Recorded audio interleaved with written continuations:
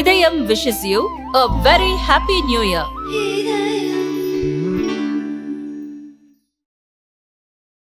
சட்டப்பேரவை தேர்தலில் வெற்றி பெற வேண்டும் என்பதற்காக பாஜக டெல்லியில் ரோஹிங்கியாக்களை குடியேற்றியிருப்பதாக கெஜ்ரிவால் கூறி வரும் குற்றச்சாட்டுக்கு பாஜக மூத்த தலைவரும் மத்திய அமைச்சருமான ஹர்தீப் சிங் புரி பதிலளித்துள்ளார்.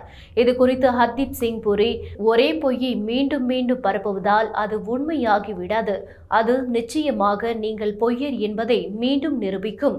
உண்மை என்னவென்றால், இன்று வரை எந்த ரோஹிங்கியா மக்களுக்கும் EWS பிளாட் கொடுக்கப்படவில்லை. அவர்களுக்கு இலவச ரேஷன், தண்ணீர், மின்சாரம் தலா 10,000 ரூபாய் கொடுத்து டெல்லியில் குடியமர்த்தி வாக்காளர் அட்டைகளை கொடுத்துள்ளார் கெஜ்ரிவால் கட்சியின் MLA. ஏனெனில் ரோஹிங்கியாக்கள் எந்த கட்சியின் வாக்காளர்களாக இருக்க முடியும் என்பது முழு நாட்டுக்கும் தெரியும். கெஜ்ரிவால் ரோஹிங்கியாக்களை ஆதரிப்பது நாட்டின் பாதுகாப்போடு விளையாடுவது போன்றது. ஆம் ஆத்மி கட்சியினர் பரப்பும் பொய் குறித்து உள்துறை அமைச்சகம் உடனடியாக தெளிவுபடுத்தியுள்ளது என்று கூறினார். மேலும் இது கீழ்த்தர அரசியலின் உச்சம் என்றும் கெஜ்ரிவால் பொய் சொல்வதை நிறுத்த வேண்டும் என்றும் ஹர்தீப் சிங் புரி கூறினார்.